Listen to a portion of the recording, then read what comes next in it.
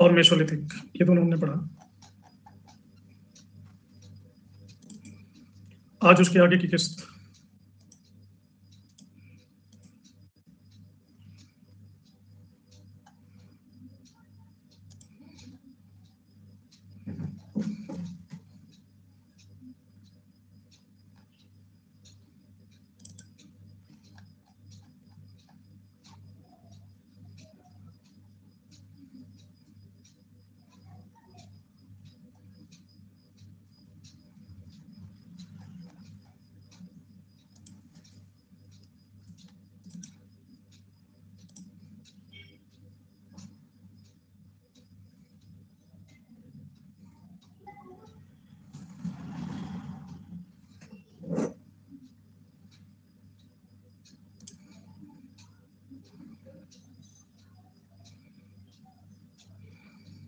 Okay Sanjay, कल आपका YouTube class भी है सुबह 8 बजे।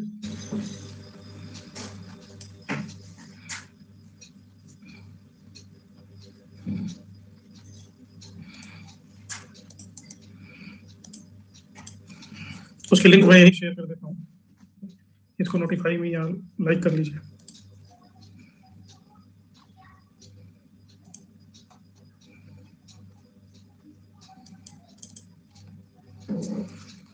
हाँ जी, असली नाम होगा तभी करेंगे, असली फोटो होगा तभी, क्योंकि वो फैमिली ग्रुप है मेरा।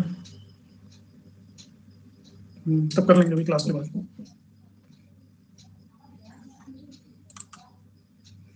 नहीं, पीडीएफ भी क्लास के बाद दे देंगे।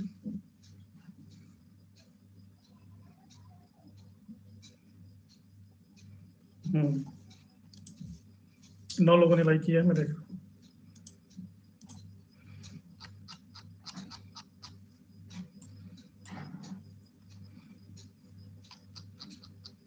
कल हमने कहाँ तक किया था, कोई बता सकता है? मेसोलिथिक हो गया था पूरा।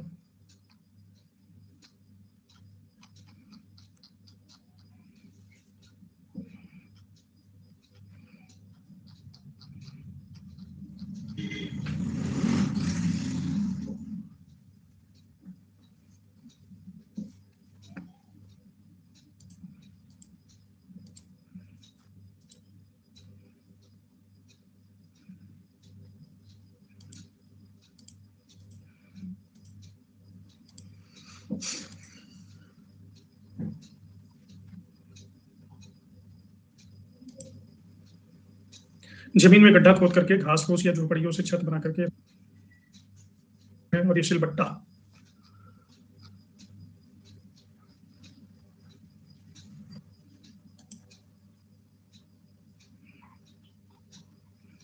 संत कबीर नगर को कहते हैं बस्ती। वहीं पर एक स्थल खोजा गया है बहुत इंपॉर्टेंट, लहुरा देव।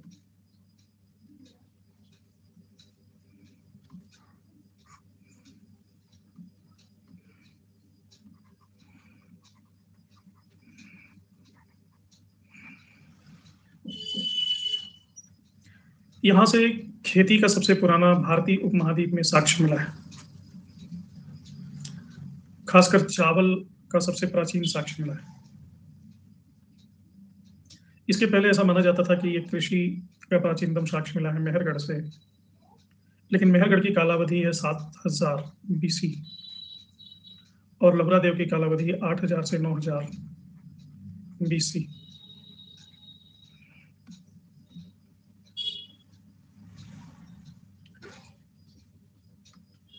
इलाहाबाद में बीबी लाल में एक जगह है चौपानी मांडो।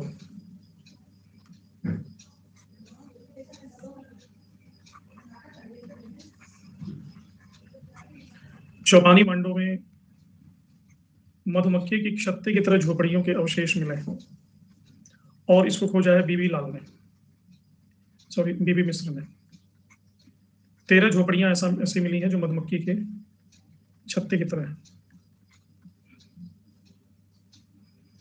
और ऐसे ही राजस्थान के भीलवाड़ा में बागौर में भी ऐसे ही अवशेष मिले हैं। खैर, हम लहुरा देव की बात कर रहे थे।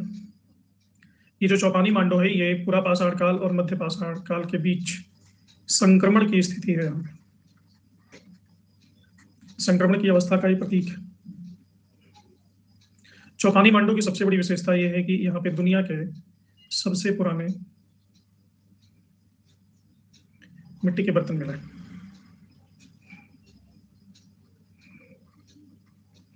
लेकिन वो चाक पर निर्मित नहीं थे, हाथ से निर्मित थे।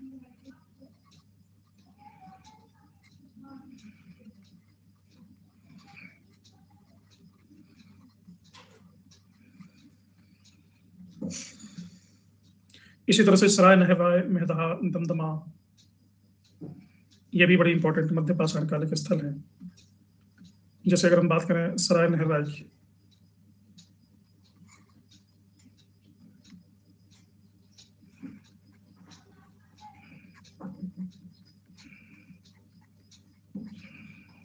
तो इसको केसी ओझा ने खोजा था, और यहाँ पर गर्त चूल्हे मिले, और स्तंभ गर्त झोपड़ी भी यही मिली है। मानवीय आक्रमण का प्राचीनतम साक्ष्य यहां से मिलता है।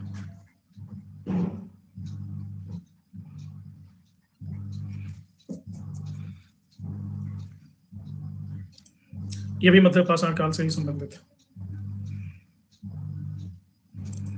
ये जो बर्तन दिख रहा है, ये बर्तन है बुर्जहोम का।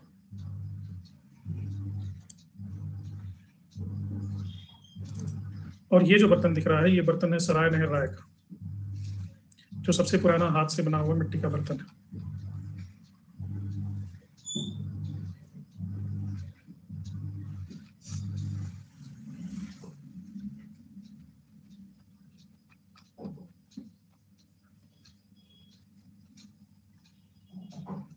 प्लस है हिस्टोरियोग्राफी। एक मिनट में बंद करता हूँ इसको।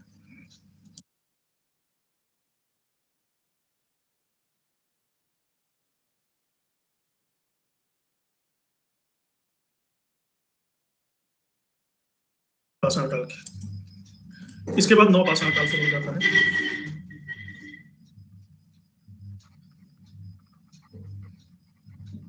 Neolithic age. दुनिया में नौ पाषाण काल की शुरुआत हुई है 9000 ईसा पूर्व, लेकिन भारत में इसकी शुरुआत होती है 4000 ईसा पूर्व। और इस शब्द का प्रयोग सबसे पहले किया था जॉन लुबॉक ने। जॉन लुबॉक की किताब है प्री हिस्टोरिक टाइम्स, इसमें किया है।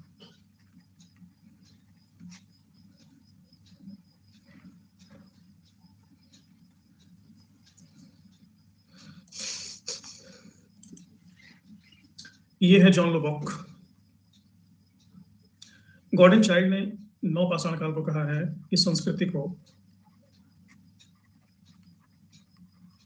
अन्न उत्पादक संस्कृति। सबसे इंपॉर्टेंट नौ पाषाण कालीन स्थल जो सभी जानते हैं, कौन सा है? मेहरगढ़। ये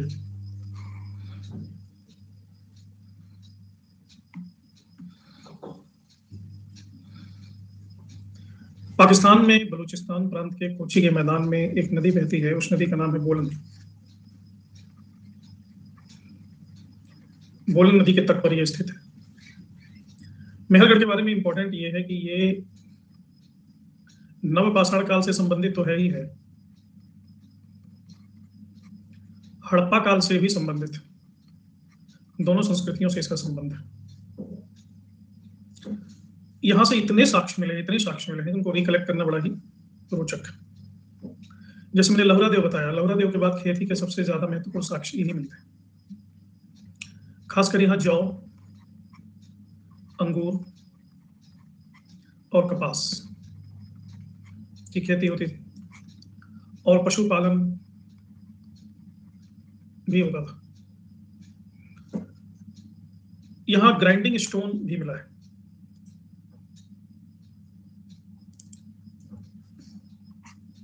ग्राइंडिंग स्टोन यानी सान रखने वाला पत्थर।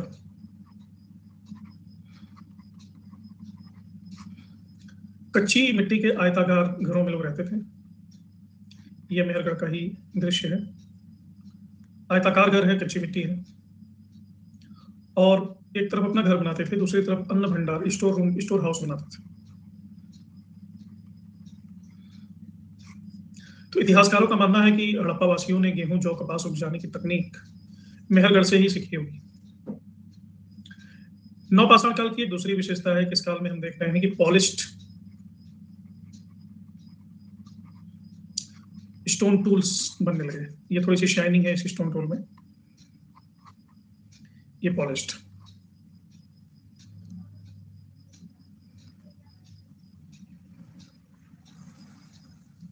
ये इसके पहले मेसोलिथिक या नियोलिथिक या पैलियोलिथिक में नहीं दिखाई देती, पत्थरों को पॉलिश।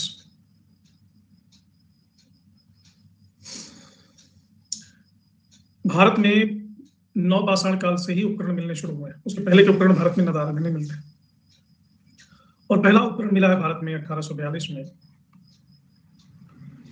कर्नाटक के मैसूर के लिंग शुगर नाम की जगह से।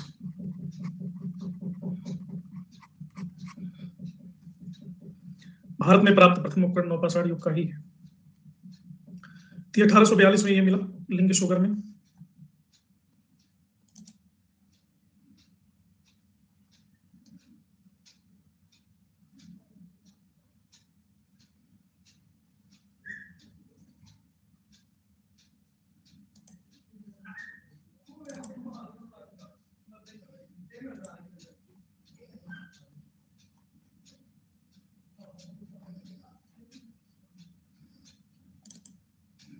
उसके बाद 1860 में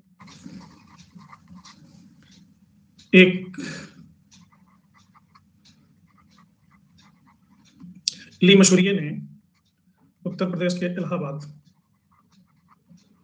में एक नदी बहती है टोन्स, टोन्स नदी घाटी में नवपाषाण काल के पॉलिशदार सेट प्राप्त किए। ये पिक्चर में वही सेट। ग्राइंडिंग स्टोन जो शान रखते हैं ना, शान देते हैं चाकू पे, छोटी पे औजारों, ये मेहरगढ़ में पाए गए हैं। इससे पता चलता है कि धातु का प्रयोग होना शुरू हो गया था।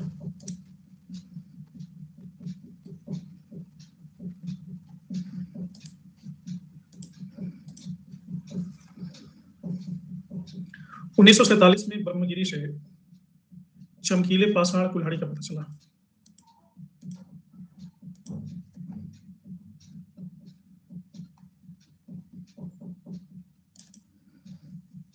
ये न्यूलिथिक एक्स ऐसे होते थे।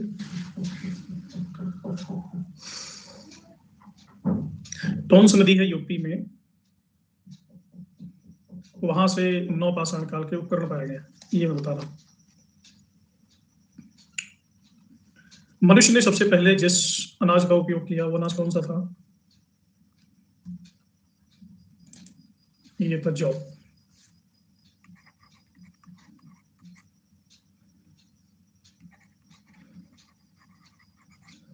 बार्ले भी कहते हैं।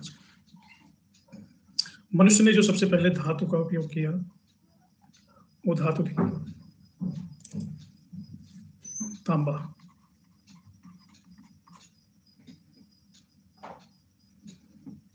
भारत में सबसे पुराने पत्थर के चित्रों की खोज किया था कार्लाइल ने। पत्थर पे बने हुए चित्र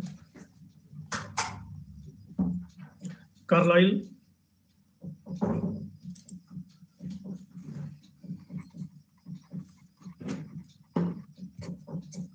और दूसरे व्यक्ति थे कार्कबर्न। ये वो चित्र है, और ये जो चित्र है ये शोहगी घाट में उपलब्ध है। बाद में मिर्जापुर में प्रागैतिहासिक चित्रों की खोज भी इन्होंने की।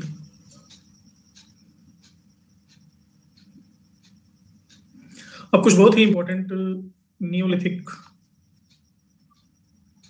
साइट्स हैं।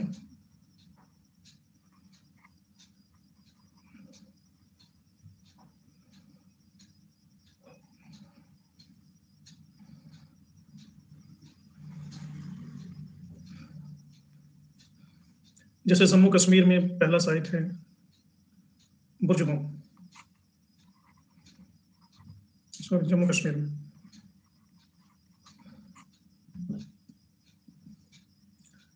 भोज वृक्ष का स्थान होता है इसका नाम, इसका शाब्दिक अर्थ। 1935 में इसकी खोज की जी टेरा और पीटरसन के द्वारा।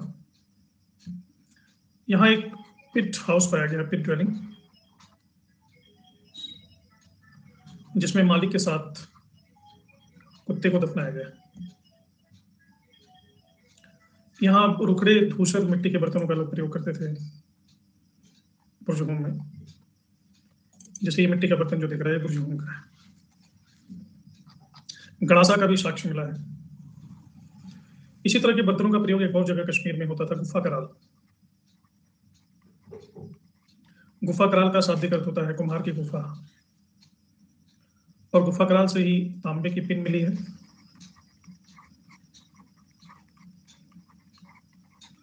और ऐसे ही तांबे की पिन जम्मूदड़ों से भी मिले। तो तांबे की पिन से अनुमान होता है कि लोग सिलाई का काम करते हैं। सिलाई के लिए जो धागा लाते होंगे वो जानवरों के आंत से बना होता था। ये क्रैक है, ये जोड़ा गया है इनको, ये निशान देखो यहाँ पे है क्रैक होने का, ये सब यहाँ से क्रैक, इनको चिपकाया गया।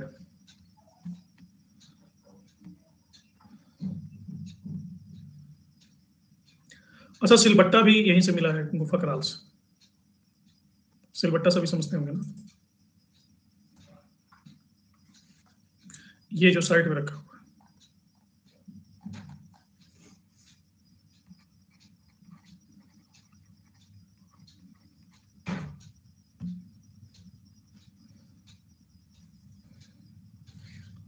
बुर्ज और गुफा कराल इसलिए भी स्पेशल है कि ये नौपाषाण के मुख्य स्थल तो है ही है।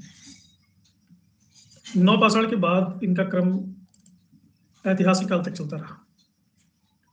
यानी नवपाषाण काल के बाद कौन सा पाषाण काल आता है?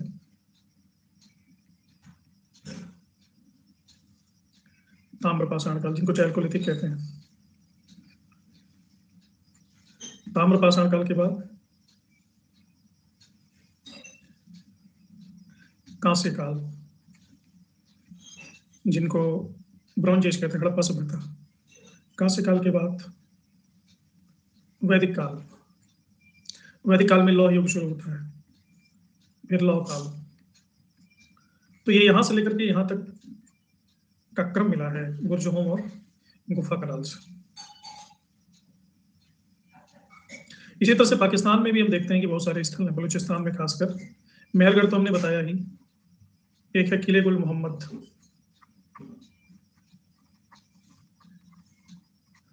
स्वात घाटी में है खली गई, लोबनार, पाकिस्तान में है सराय खोला। यहाँ से भी नौपाषाण काल के बहुत सारे उपकरण मिले हैं। ऐसा नहीं कि सारे पाकिस्तान में मिले, भारत में भी मिले। इलाहाबाद में बेलन घाटी में है कोल्डीहमा, महगहा, इंदारी। मध्य प्रदेश में भी सोन नदी घाटी में कुंझुन, ललनहिया। कोल्डीहमा यहाँ ज्यादा इंपॉर्टेंट है, क्योंकि नौपाषाण काल से तो ये शुरू होता है, ताम्रपाषाण काल से लेकर के लौह काल तक जाता है। कोल्डीहमा में धान की खेती के प्रमाण मिलते हैं, धान की खेती के सबसे पुराने प्रमाण। धान की ओराइवा सताइवा ये किस्म मिली है, ओराइजा सताइवा। कोल्डीहमा की एक और विशेषता है कि इस पे डोरी छाप मिट्टी के बर्तन मिले हैं। 6000 ईसा पूर्व का है ये। डोरी छाप यानी जिन पर डोरी बांधने के लिए घाट बने होते हैं।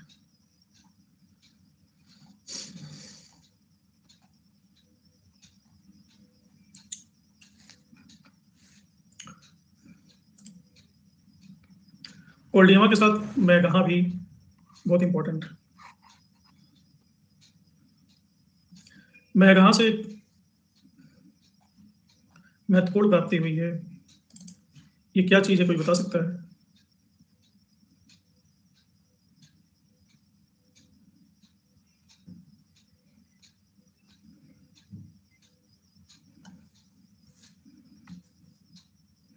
धर्मराज युधिष्ठिर आ चुके हैं, झूठ मत बोलो। हाँ, ऋषि का, पशुओं का बाड़ा, कैटल पेन, ये मिला है महगढ़ा से।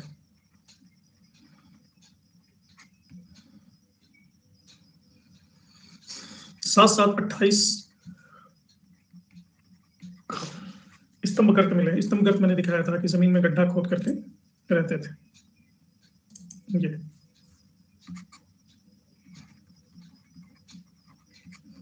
ये महगढ़ा से 28 प्राप्त हुए।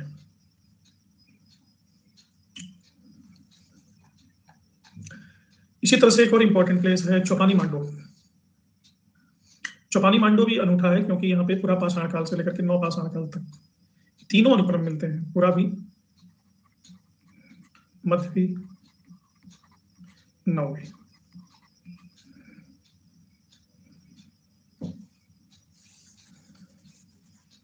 जमीन के ऊपर घर बनाने का विचार नहीं आया होगा, नहीं तो बना नहीं लेते। चौपानी मांडो, महदहा महगहा एक ही बात है।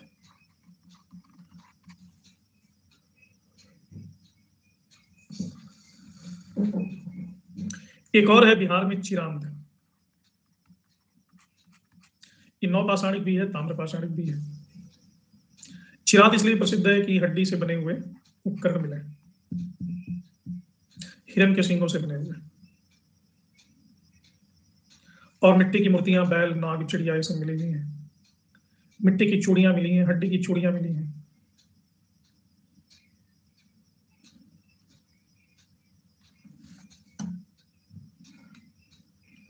हाँ जी, कर लो क्वेश्चन।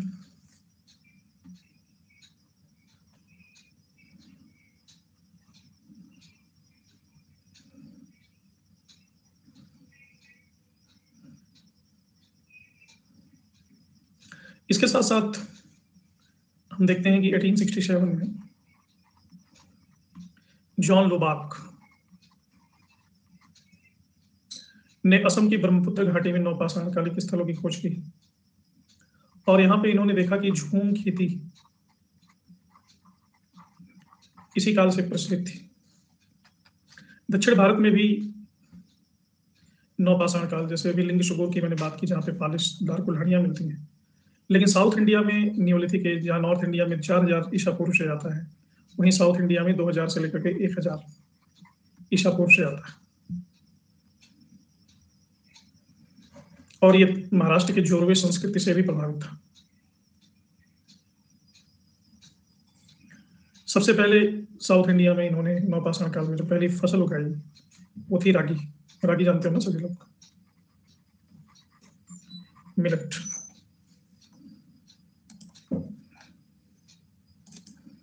ये है रागी। रॉबर्ट ब्रूसफुट ने एक और नई प्रवृत्ति देखी, राख के टीले, ऐश माउंट। ये क्या करते थे कि बहुत बड़े बड़े बाड़ बनाते थे पशुओं को रखने के लिए,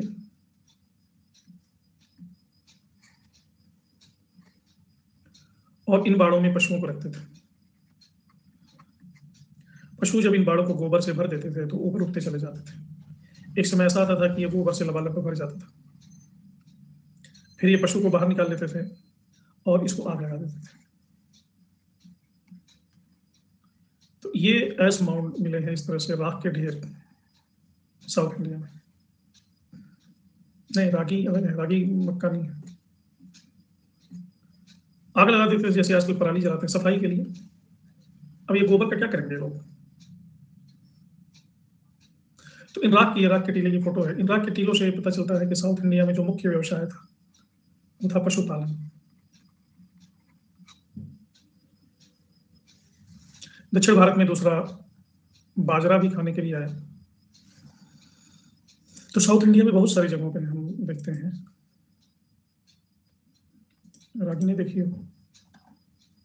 ये रागी इसलिए तो मैं लाया कटोरी भर के, फिर देख लो, देख लो।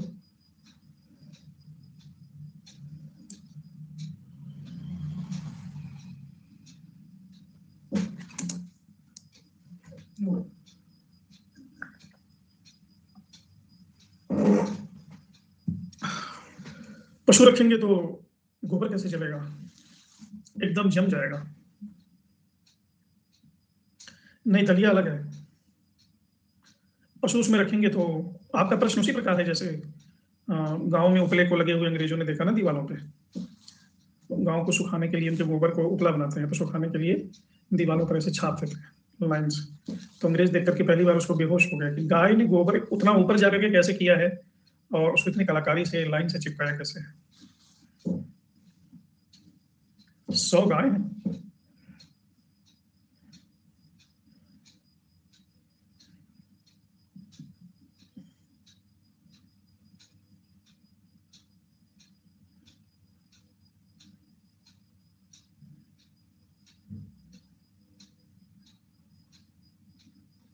वैसे होता था कि गाय जब बाड़ी को गोबर से भर देती थी तो गाय को हटा लेते थे और कुछ समय बाद वो गोबर जब सूख जाता था, जलने लायक हो जाता था, तो उसको जला देते थे।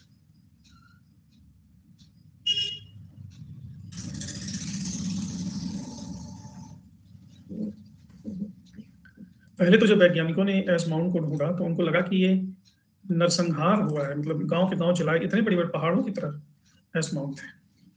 बाद में उन्होंने वो रिसर्च किया कि उसमें कुछ जले हुए अवशेष तो नहीं दिख रहे हैं। तो साउथ इंडिया में और भी बहुत सारे स्थल हैं इंपॉर्टेंट, जैसे कर्नाटका में है मास्की, यहाँ अशोका विलेज भी मिला, ब्रह्मगिरी, संगनकुल्लू, टिकली हल, टिक्कलकोटा, हल्लोर, कोडेकल, हेम्बिगे, टी नरसीपुर, ये सब साउथ इंडिया में। जैसे मैंने बताया कि नॉर्थ इंडिया में चौपानी मांडो नौपाषाण काल और पुरापाषाण काल के बीच एक संक्रमण की स्थिति में है, इसी तरह से साउथ इंडिया में हल्लूर नौपाषाण और महापाषाण के बीच संक्रांति का काल है।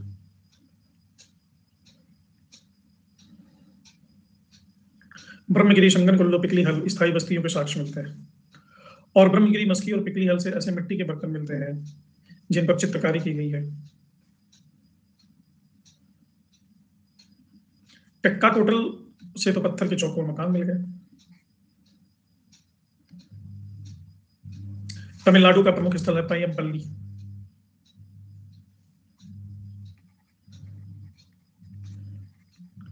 अब नवपाषाण युग का जो जीवन है उसकी प्रमुख विशेषता क्या है?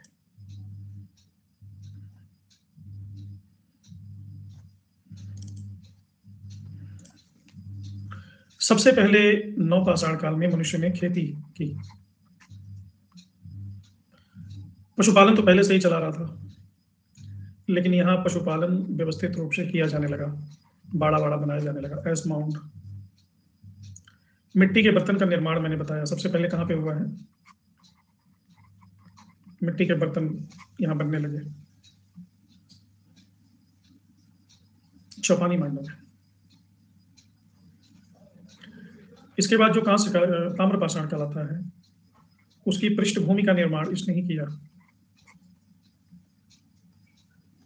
जीवन में हम स्थायित्व, क्योंकि खेती से ही स्थायित्व का संबंध है, स्थायित्व यहीं देखते हैं। झोपड़ी बनाने लगे, जैसे मधुमक्खी के आकार की झोपड़ियां कहाँ मिली हैं?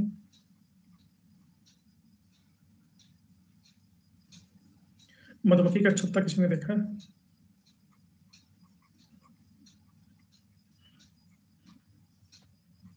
झोपड़ी के आकार की झोपड़ी, मधुमक्खी के छत्ते की आकार की झोपड़ी कहाँ मिली है? चौपानी मांडो। तो गांव बसने की शुरुआत यहीं से होती है।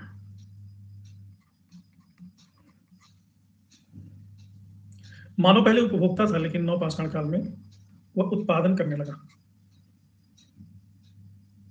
खाद्यान्न व्यवस्था सुनिश्चित हो गई, खाने के लिए दर दर भटकना नहीं पड़ा, तो इससे जनसंख्या बढ़ी और ऑर्गेनाइज्ड हो गया। लेकिन जनसंख्या इतनी नहीं बढ़ी कि नगरीय क्रांति शुरू हो गई, नगरीय क्रांति भी नहीं आई। बस जितनी जरूरत होती थी उतना ही उपजा लेते थे अपना निर्वाह के लिए। लेकिन ये बात तो पक्की थी कि पत्थर पे ऊपर निर्भर नहीं थे। मिट्टी के बर्तन बनने से संग्रह की वृत्ति का पता चलता है, कल के लिए भी रखते थे। तो कृषि, पशुपालन, मिट्टी के बर्तनों का प्रयोग, इन सभी को दृष्टि में रखते हुए इसे गॉर्डन चाइल्ड ने कहा है नियोलिथिक रिवॉल्यूशन, यानी नवपाषाणी क्रांति।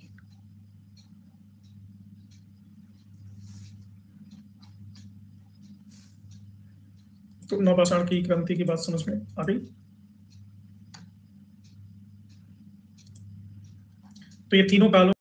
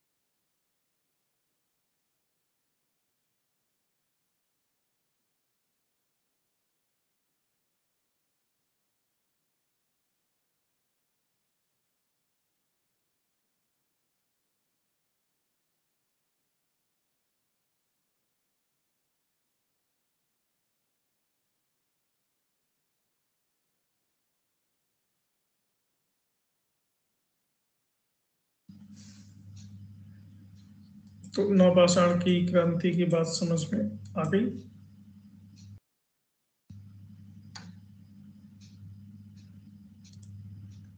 तो ये तीनों कालों का क्या महत्व है समझ में आ गया। तीनों कालों में क्या क्या विकास हुआ, कैसे कैसे हुआ, मुख्य मुख्य बस्तियां क्या है। देखो ये कहानी बड़ी लंबी है, लेकिन इनमें हमने सिर्फ उन्हीं चीजों को बताया है। आगे का ज्ञान तो था, प्रयोग होना शुरू हुआ है नौपाषाण से, जो आपकी परीक्षा के लिए उपयोगी है।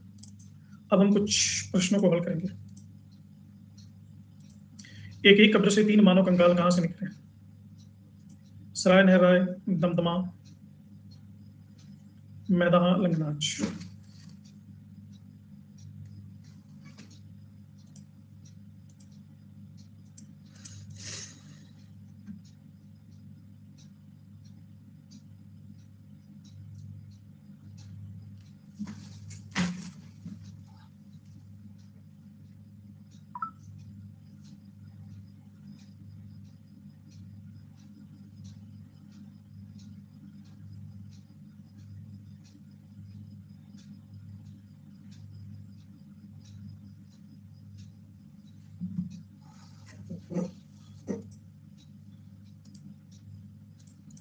विंध्य क्षेत्र से किस शैलाश्रय से सर्वाधिक मानव कंकाल मिले हैं? मुरहना पहाड़, कुतारिया, बघई, लिखैया।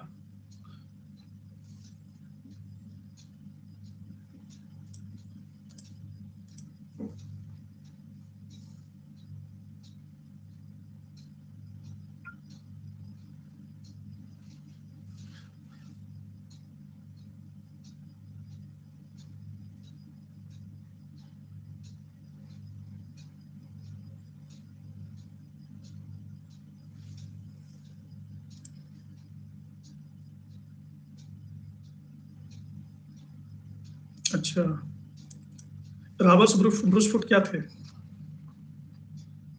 एक भूगर्भ वैज्ञानिक, पुरातत्वविद, वनस्पति शास्त्री और इतिहासकार।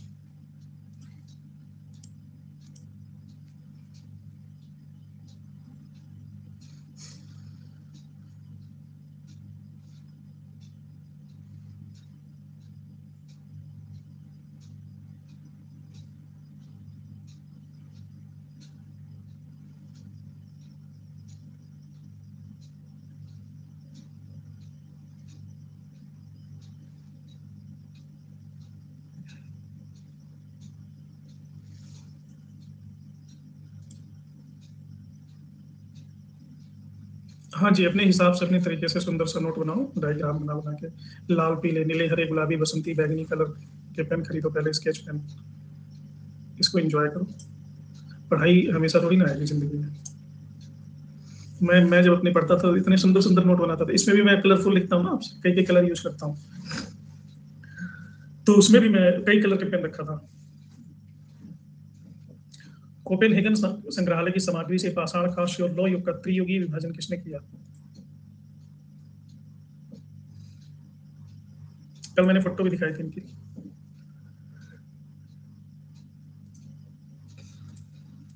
ड्राइंग किसको आती है जी?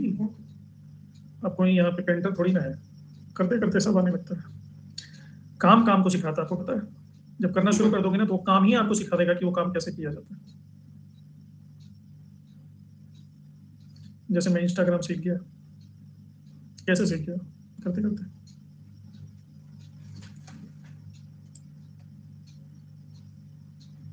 हम्म।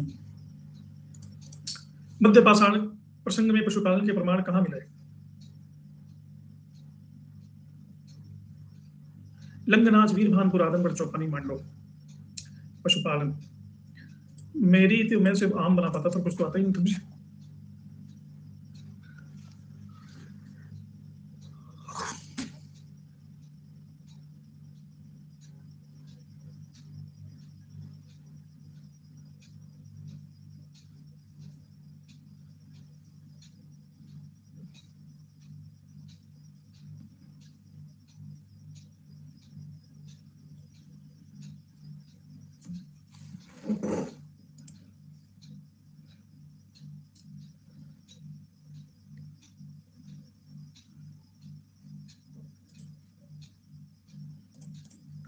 किस स्थल से हड्डी के उपकरण प्राप्त हुए हैं? अभी अभी बताया।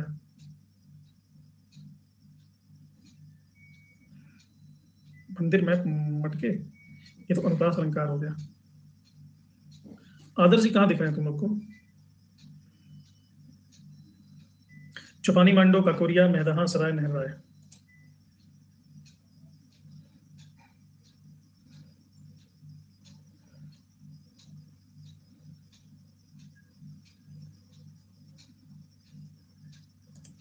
कहाँ आदर्श दिख रहा है?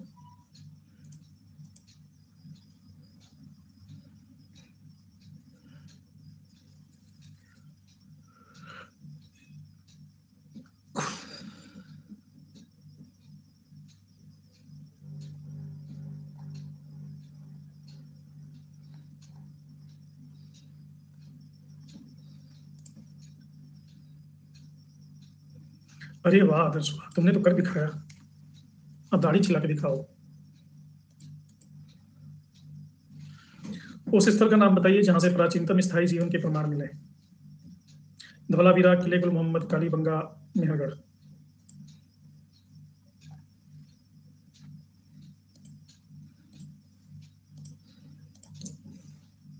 कैसे किया आदर्श अपने इस पद्मश्री तक की यात्रा के ऊपर प्रकाश डालो।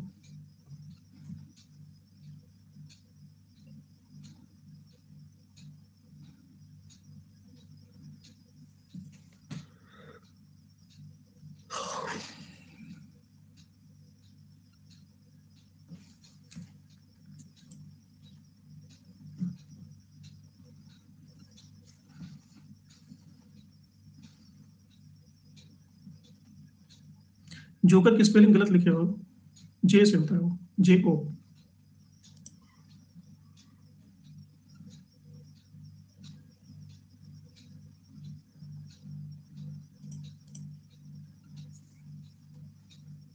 भारतीय उपमहाद्वीप में कृषि के सबसे पुराने साक्ष्य कहां से मिले? कोल्डिहवा, लवरादेव, मेहरगढ़, टोकवा।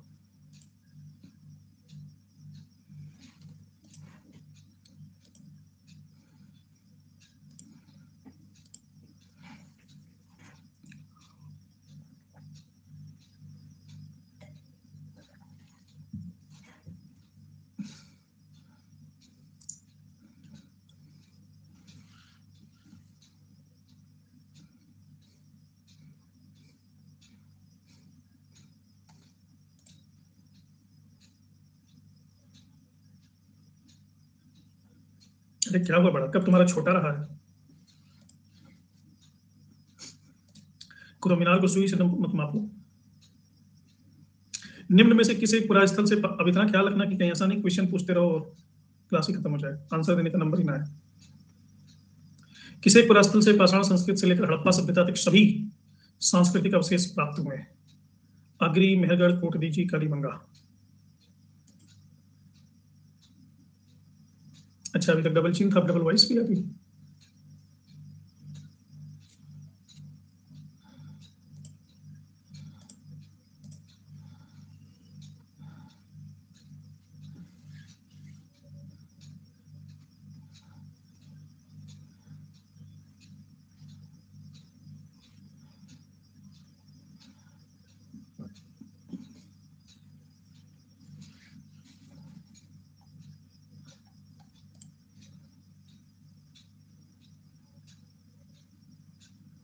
आज नहीं, देखिए मैं छठ पूजा में पार्टिसिपेट किया करता था, अपनी मम्मी का डलिया सर पे उठा के ले जाता था, और सुबह सुबह, शाम को भी।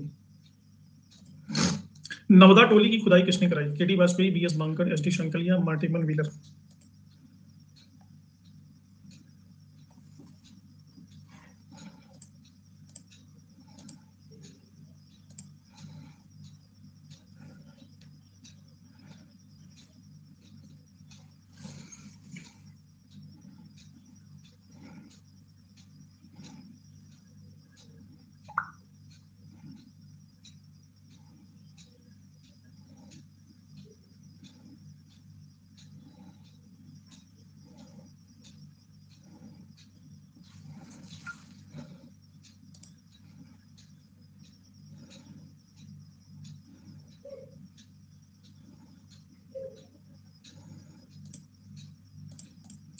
बृहद पाषाण स्मारकों की पहचान की गई है सन्यासी गुफाओं के रूप में, मृतक को दफनाने के स्थान के रूप में, मंदिर के रूप में, उपरोक्त में से कोई नहीं।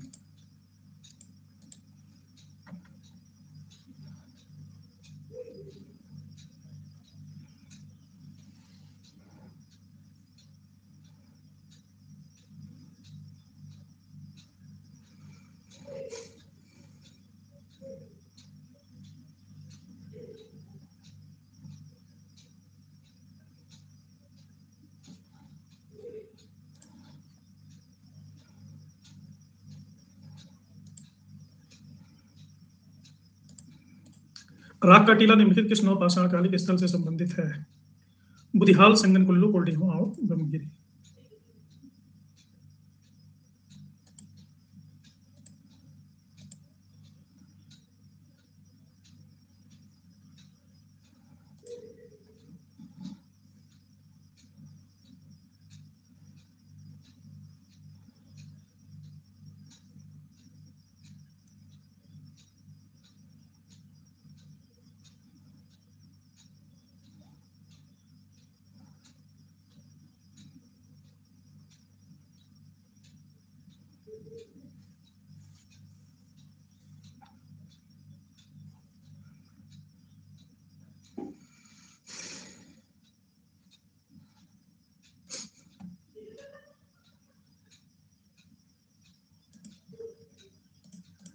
भारत में किस शिलाश्रय से सबसे ज्यादा चित्र मिले हैं?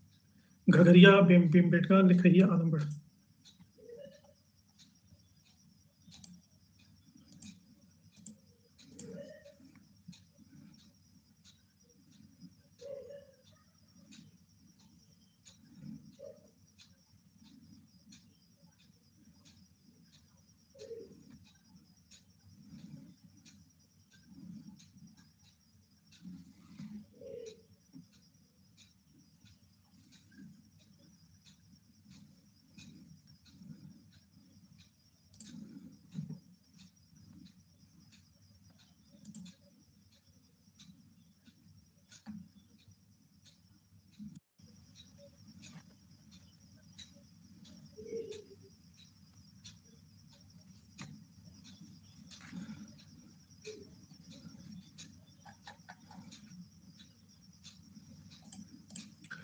किस स्थल से मानव कंकाल के साथ कुत्ते का कंकाल भी शवाधान से प्राप्त हुआ है?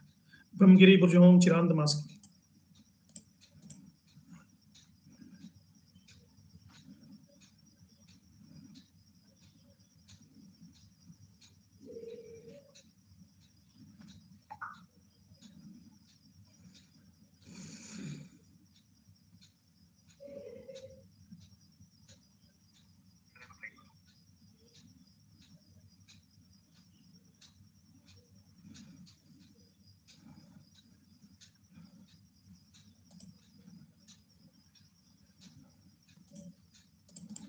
निम्न पूर्व पाषाण युगीन सोहन संस्कृत की खोज किसने की थी?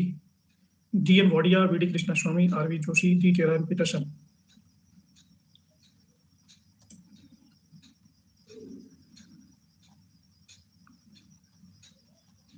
कल मैंने इसको बताया था।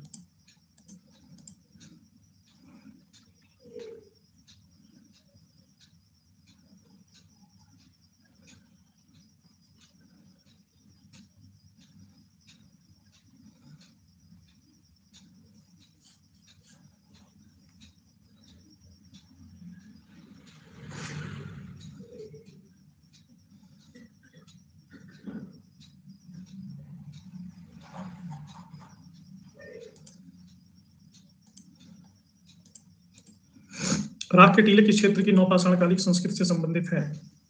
कश्मीर घाटी, उत्तरी विंध्य क्षेत्र, दक्षिण भारत, पूर्वी भारत।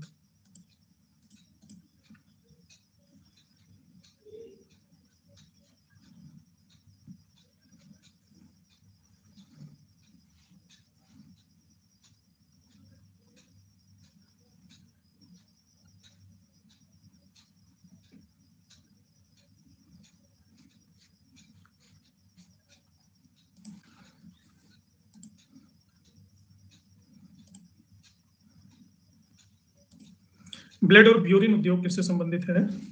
निम्न पुरापाषाण काल, मध्य पुरापाषाण काल, उच्च पुरापाषाण काल और मध्य पाषाण काल।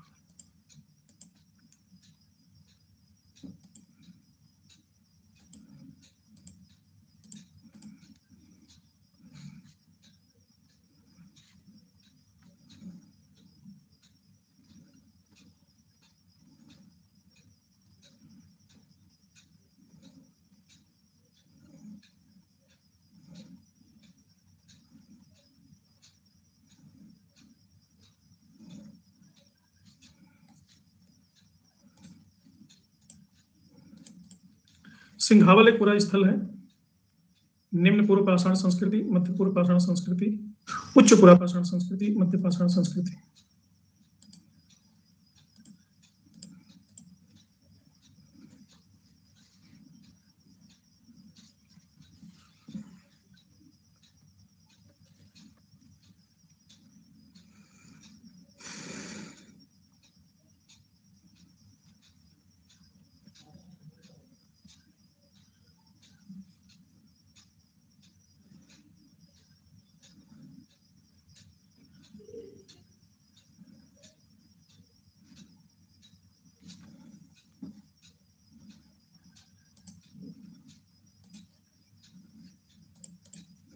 लंबवत पुरातात्विक उत्खनन के द्वारा किसी संस्कृति के निम्न में से किस का विशेष ज्ञान होता है?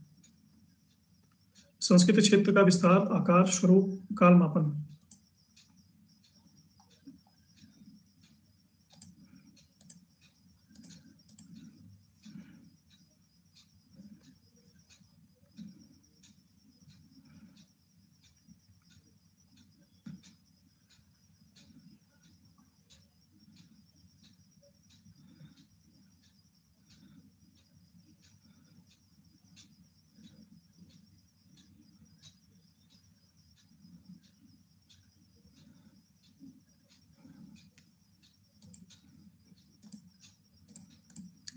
किसे भारतीय प्राक इतिहास का जनक कहा जाता है? R.B. Foote, Cunningham, H.D. Sankalia, James Prinsep.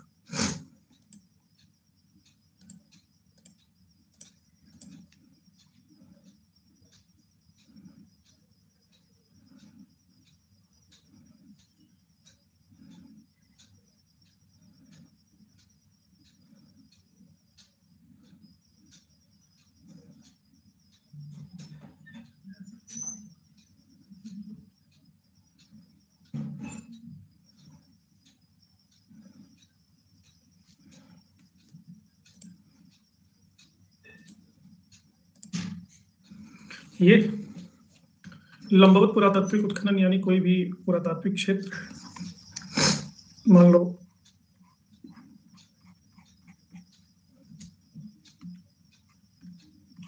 ये है, और इसका उत्खनन किया जाएगा लंबवत, यानी ऐसे ऊपर से नीचे। तो इसमें कई लेयर्स मिलेंगी आपको।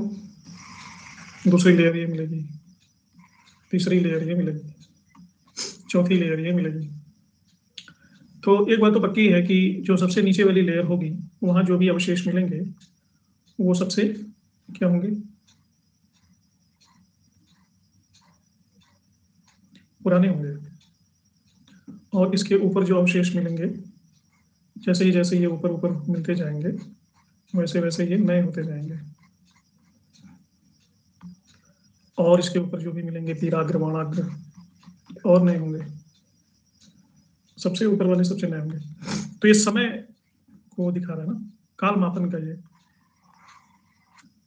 ज्ञान होता है इससे। काल मापन यानी नए और पुराने का, ये वर्टिकल है। इसी तरह से अगर विस्तार को देखना होगा तो हॉरिजॉन्टल, हॉरिजॉन्टल यानी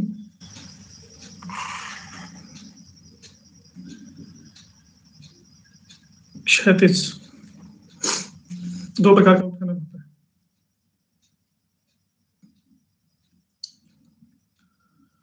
संस्कृतियों में कौन पाषाण युगीन संस्कृति नहीं है? शोहन, सोथी, मद्राशियन और विंध्यन।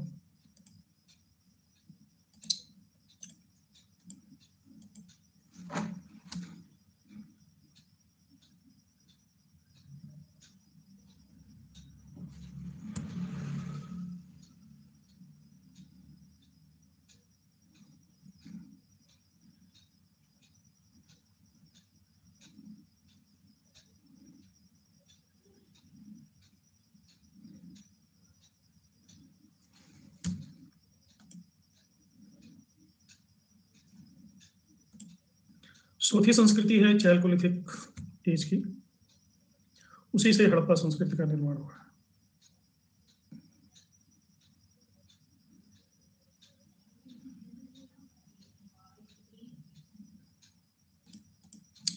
समाधान रीति का प्रारंभ किसके द्वारा हुआ? व्हाट? अरे भाई, चैल्कोलिथिक में पत्थर तो है ना, ताम्र पाषाण है ना वो, तो तांबा है तो साथ में पत्थर भी तो है, तो कैसे ये पाषाण नहीं हुआ? कैसी बातें करती हो उपमा। समाधान रीति किसने शुरू किया? Habilis erectus Neanderthal sapiens.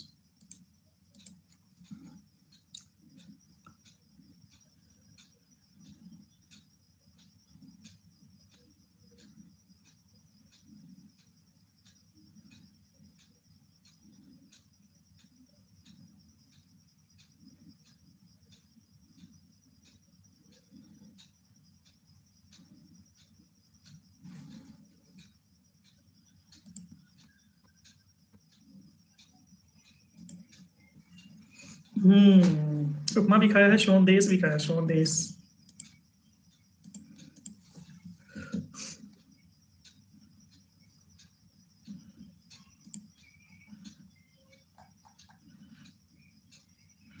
तुम बताओ पहले, तुमने नाम कैसे बदला, फोटो कैसे बदली? क्या तुम मेरे चिढ़ाने चिड़चिड़े थे? होमो इरेक्टस का एक कपाल निम्न में से किस स्थल से प्राप्त होता है?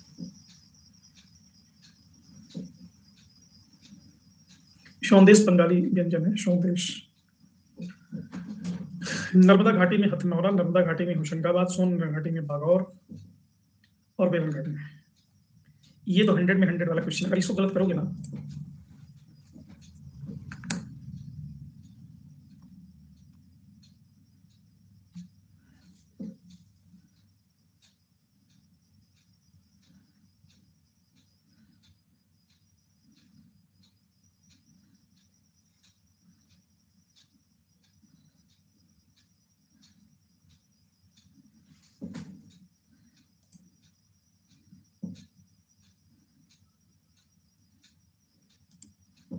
ये तो हम पहले से जानते हैं, जो तुम कर सकते हो कोई नहीं कर सकता है, इसमें नई बात क्या है।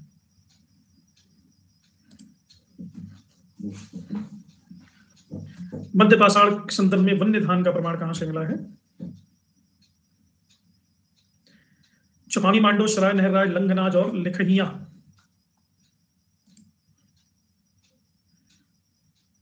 वन्य धान।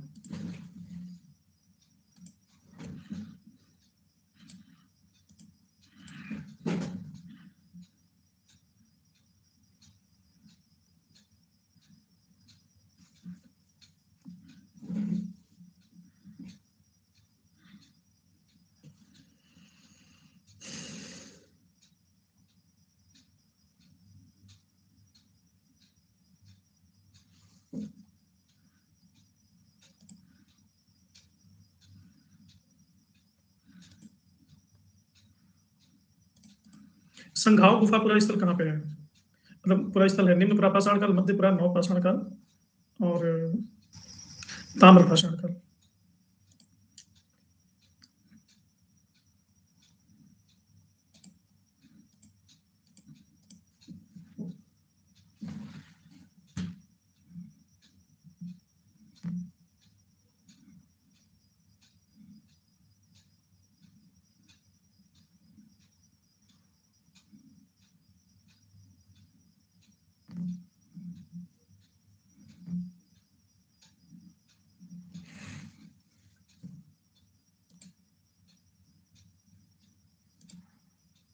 संघाव मध्य पुरापाषाण काल का कल तो बताया था तुमको। हाँ, सुबह 8 बजे सुबह यूट्यूब क्लास है। किस स्थान पर नवपाषाण काल स्तर पर गेहूं और जौ की खेती के सर्वप्रथम प्रमाण मिलते हैं? रंगपुर, लोथल, मेहरगढ़, बुलढाना।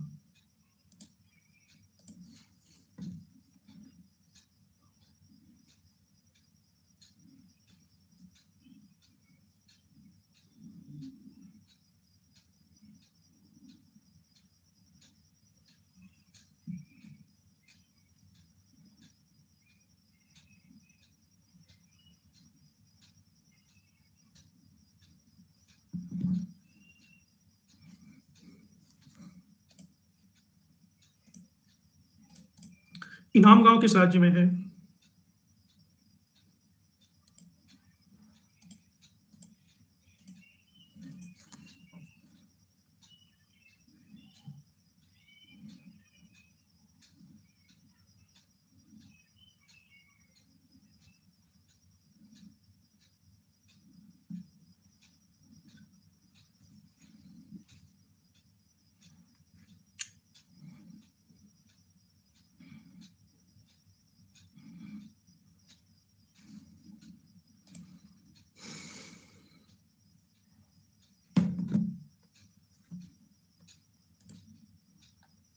पीडीएफ अभी मैं डाल देता हूँ। पेबल पाषाण उपकरण निम्न में से किससे संबंधित है? पेबल।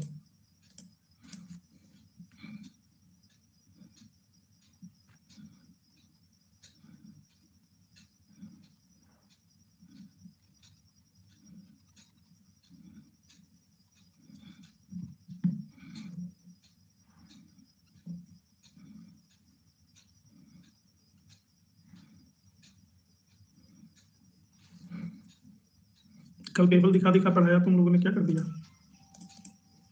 बेलन घाटी से प्राप्त हड्डी की मातृ देवी की मूर्ति किस सांस्कृतिक धरातल से संबंधित है? निम्न, मध्य, उच्च और नवपाषाण।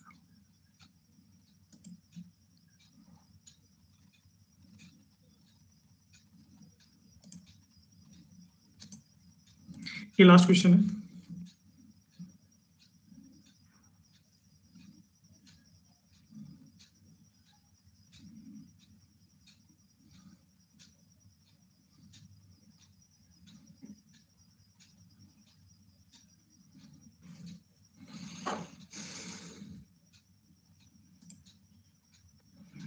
ये फाइनल लेटर बोर्ड है। धर्मेंद्र फर्स्ट, सीमा सेकंड, जयंती थर्ड, उपमा सुहानी, महेश, काजल, पिंकी, रितु, पूजा। और इसी के साथ ही सत्रों को विराम देते हैं। मिलते हैं सुबह 8 बजे यूट्यूब क्लास में। सभी को नमस्कार, शुभ रात्रि, गुड नाइट, बाय।